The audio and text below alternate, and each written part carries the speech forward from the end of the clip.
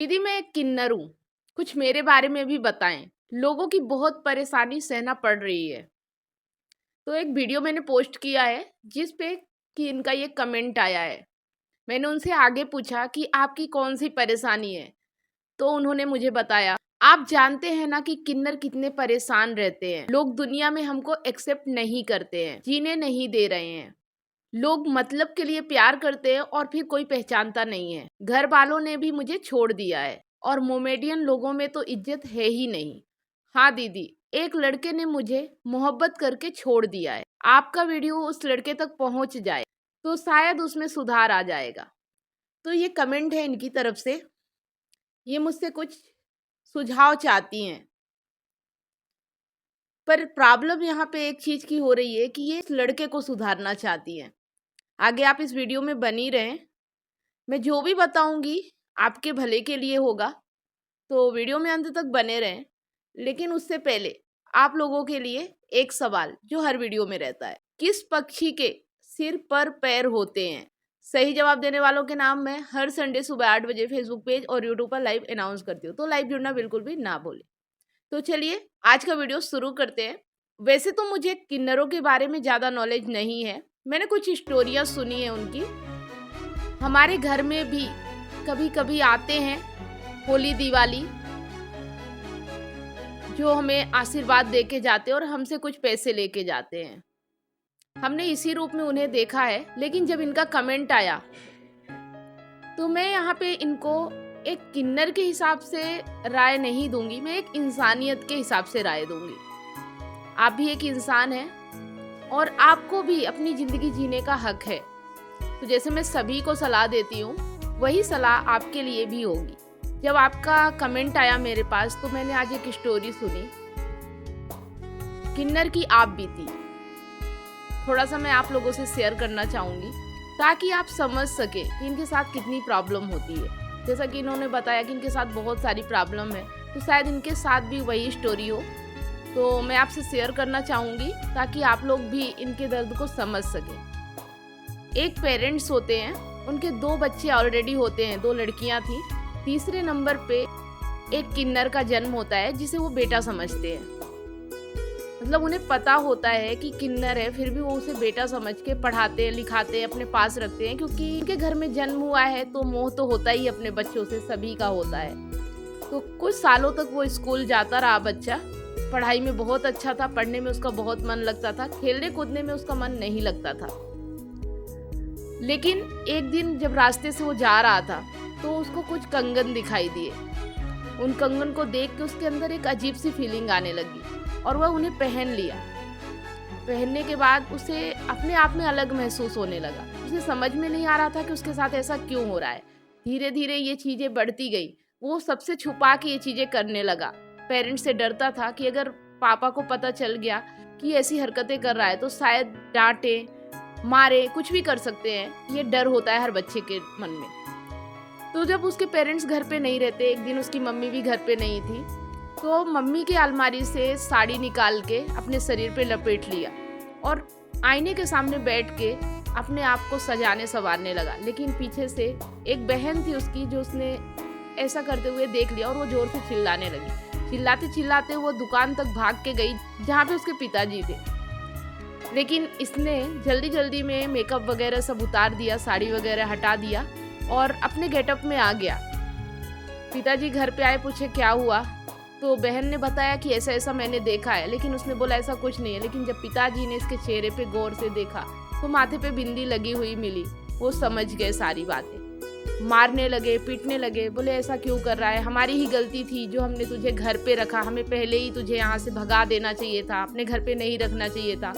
मतलब छोटी सी गलती ना, उस बच्चे को समझना उसकी क्या गलती है, उसे घर से बाहर निकाल दिया।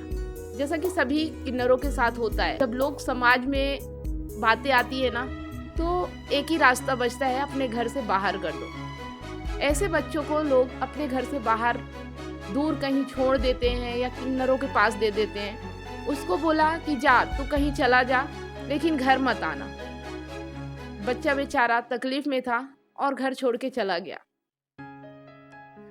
जाके एक रेलवे स्टेशन पे बैठा था प्लेटफॉर्म पे, मरने की भी कोशिश की। उसे लगा कि मैं अपनी जान दे दूं, लेकिन तभी एक किन्नर वहाँ से गुजर रही थी और उन्होंने उससे पूछा कि बेटा तुम यहाँ क्यों बैठे हो, क्यों रो रहे हो, क्या कारण है। उसने सारी स्टोरी उस किन्नर को बताई। उस किन्नर ने बोला परेशान मत हो, अब से तेरी माँ मैं हूँ। उसे अपने साथ लेके चले गए। जो किन्नर उसे लेके गया था उसके साथ भी ऐसा ही सिचुएशन थी, ऐसे ही हुआ था। उसे भी कोई वहाँ पे लेके आया था। वो समझ सकता था कि कैसी प्रॉब्लम होती है, कैसे दर्द होते हैं, कैसे तकलीफ होती है। उन सब लोगों के साथ वो रहने लगा और उस माहौल में जाके वो अपने आप में खुश रहने लगा, क्योंकि उसे वो माहौल पसंद आ गया। उनके जैसे ही लोग थे तो उसे अच्छा लगने लगा।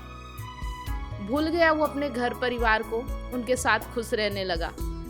एक दिन वो अपने माँ से बोलता है, जिसने बोला कि अब मैं तेरी माँ हूँ, मुझे ही अम्मा बोलना। उसे बोलता है मुझे पढ़ाई करना है। तो पहले तो उन्होंने मना किया कि पढ़ लिख के क्या करना है, मांगना तो हमें भीख ही है, क्योंकि समाज हमें नौकरी करने नहीं देता है, नौकरी नहीं देता है, काम नहीं देता है, तो पढ़ लिख के भी क्या करना है। लेकिन उसकी जिद थी, उसकी जिद के आगे चलो ठीक है पढ़ लेगा। तो दिन में वह भीख मांगने जाता अपने माँ के साथ, रात में पढ़ाई करता घर पे ही, और घर पे ही पढ़ाई कर करके उसने अपने सारे एग्जाम क्लियर किए थे। वकालत की पढ़ाई उसने की थी। वकालत कंप्लीट होने के बाद उसने सरकार से लड़ाई भी की, बगावत भी की कि हमें भी हक मिलना चाहिए, हमारे भी हाथ पैर वैसे ही होते हैं, हमारे भी दिल दिमाग आम इंसानों की तरह होते हैं, हमारा क्या कसूर है अगर हम किन्नर होते हैं तो क्यों हमारे साथ इतना दुर्व्यवहार किया जाता है। क्या हमें जीने का हक नहीं है? क्या हमें पढ़ लिख कर सेल्फ डिपेंड होने का हक नहीं है? हमें भीख मांगना अच्छा नहीं लगता? तो शायद सरकार ने उसकी बात सुनी होगी और उसे अच्छी जॉब मिल गई, और उसी समय से सरकार ने ये लागू कर दिया है कि किन्नर भी जॉब कर सकते हैं, पढ़ाई कर सकते हैं, एक आम आदमी की तरह वो भी जिंदगी जी सकते हैं। अब ये शायद कोर्ट की तरफ से, सरकार की तरफ से ये निर्णय हो चुका है। तो उस किन्नर की मेहनत जो सभी किन्नरों को सम्मान दिलाती है, अगर वो चाहता तो मर सकता था, डर के कायरों की तरह जिंदगी जी सकता था, लेकिन उसने हिम्मत दिखाई। तो इस स्टोरी को सुनाने का मेरा एक ही मकसद है आपको, कि आप भी अगर एक किन्नर हो और आप भी समाज में इस तरह की परेशानियों से लड़ रहे हो, जूझ रहे हो, तो आप भी सेल्फ डिपेंड बनो। सरकार आपके साथ है, पढ़ाई करो, अपनी जिंदगी को बेहतर बनाओ। और रहा सवाल कि किसी लड़के ने आपसे मोहब्बत करके आपको छोड़ दिया है और आप उसे अभी भी समझाना चाहते हो, तो मैं ये कहना चाहूंगी कि लोगों का क्या है, लोग तो दूसरों की फीलिंग से खेलते हैं, मजा आता है उन्हें दूसरों को परेशान करने में। ठीक है, आपकी फीलिंग उससे कनेक्ट हुई थी, आप भी उससे मोहब्बत करते थे, और ये दुनिया है किसी न किसी वजह से ठुकराती ही है, एक आम इंसान को ही ठुकराती है। तो आप तो किन्नर हो। नॉर्मल लेडीजें भी इन चीज़ों से परेशान होती हैं कि उनके पति, उनके बॉयफ्रेंड ने उनको छोड़ दिया है। तो यहाँ पे क्या करना है, आपको इमोशनल किसी के ऊपर डिपेंड नहीं होना है। अगर आपको किसी ने छोड़ दिया है तो अब आपको अपने पैरों पे खड़ा होना है। इमोशनली उसके ऊपर डिपेंड नहीं होना है कि वो व्यक्ति आपको खुश करेगा तो आप खुश होगे। आपको अपने आप में खुश रहना होगा, अपने आप में काम करना होगा। जैसा कि मैं सभी को बताती हूँ, अपनी हॉबीज पे काम कीजिए। अगर आप पढ़े लिखे हैं तो जॉब की तलाश कीजिए। आप जो भी कर सकते हैं अपने पैरों पे खड़े हो जाएं। और जब आप अपने आप में खुश रहेंगे, आप अपने जैसे लोगों के लिए कुछ भला करिए, कुछ अच्छा करिए। आपके साथ जो प्रॉब्लम आई है, आप पहले अपनी परेशानी को ख़त्म कीजिए और एक मकसद बना लीजिए कि आपके साथ जो परेशानी आई है उसमें आप लोगों की भी मदद करेंगे कि उनको ऐसी परेशानी ना आए। आपको पता है आपके साथ क्यों हुआ है, किस कारण से हुआ है, उस कारण को ख़त्म कीजिए। लोग तो यहाँ दिल बहलाने के लिए किसी से भी रिश्ता जोड़ लेते हैं, लेकिन अभी भी समाज में किन्नरों के साथ शादी करना शायद समाज एक्सेप्ट नहीं करता है, क्योंकि उन्हें बारिश चाहिए होता है परिवार चलाने के लिए। तो मज़े लेने के लिए तो ठीक है कि जब तक इमोशनली उनको अच्छा लगता है तब तक कर लेते हैं, लेकिन कहीं ना कहीं फिर वो समाज उनके ऊपर हावी हो जाता है और फिर वो ऐसे डिसीजन लेते हैं कि बीच राह में आपको छोड़ देते हैं। तो मैं यही कहना चाहूँगी कि इमोशनली अपने आप को खुश करने के लिए किसी और के ऊपर डिपेंड ना हो। जब तक आप किसी और के ऊपर डिपेंड रहेंगे तो तकलीफ रहेगी। तो यहाँ पे मैं इंसानियत के नाते, कोई ये नहीं कि आप किन्नर हो इसलिए ऐसा हो रहा है आपके साथ, ये ज़्यादातर सभी लोगों के साथ होता है। जो प्रॉब्लम थी ना आज तक, वो शायद अब बहुत कम हो चुकी है। अब किन्नर भी अपनी ज़िंदगी को अपने तरीके से जी सकते हैं, समाज में सर उठा के चल सकते हैं, अपने पैरों पे खड़े हो सकते हैं, पढ़ाई कर सकते हैं। ये सरकार ने, कानून ने अधिकार दे दिए हैं, तो आप उनका फ़ायदा उठाइए। आप ही के जैसे कुछ लोगों ने मेहनत की है, जिसका नतीजा है कि आप लोगों के लिए ये चीज़ें पॉसिबल हो पाई हैं। तो अब अपने इमोशनल कमजोरी की वजह से आप अपने आप को कमज़ोर मत समझिए, अपने आप को हर्ट मत कीजिए, अपने आप को दुखी मत समझिए।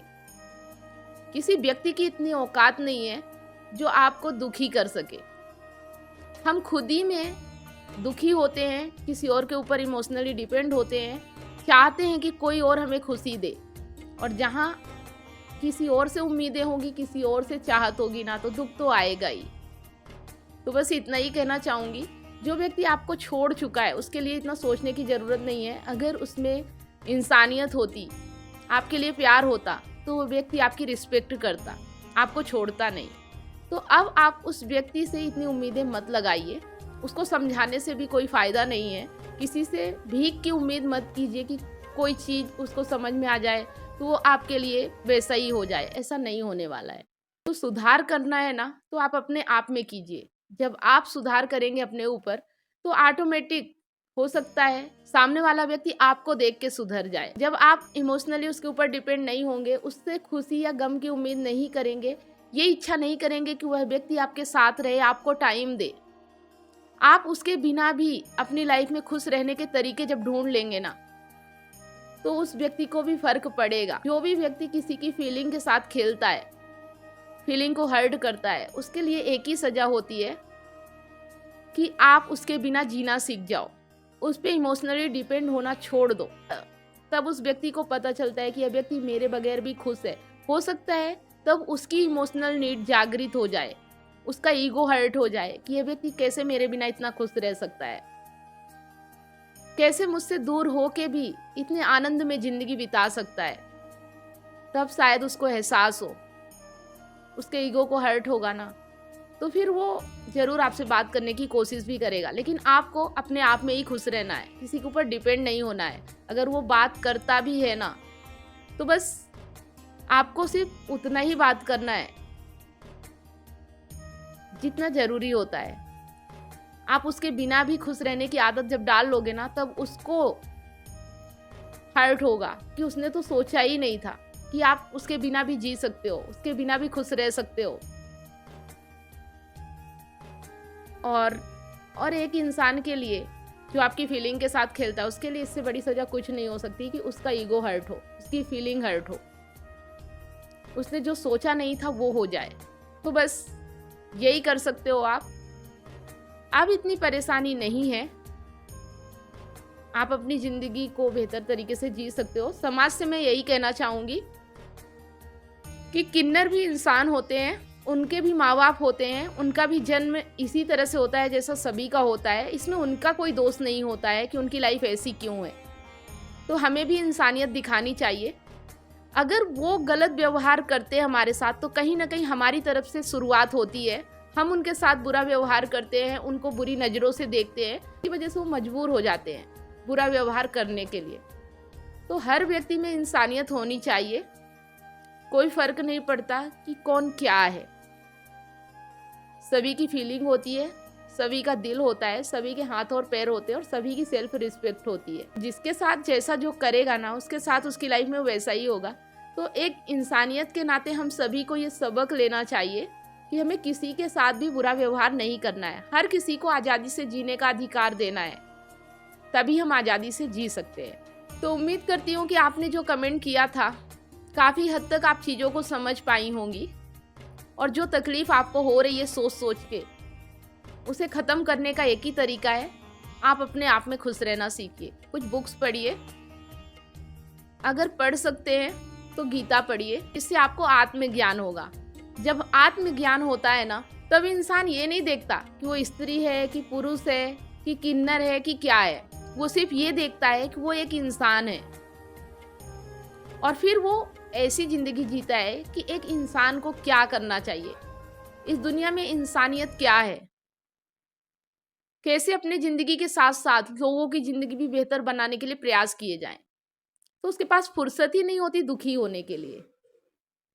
तो बस यही करना है। उम्मीद करती हूँ कि आपको ये वीडियो देखने के बाद काफ़ी अच्छा लगा होगा। कमेंट करके ज़रूर बताएं।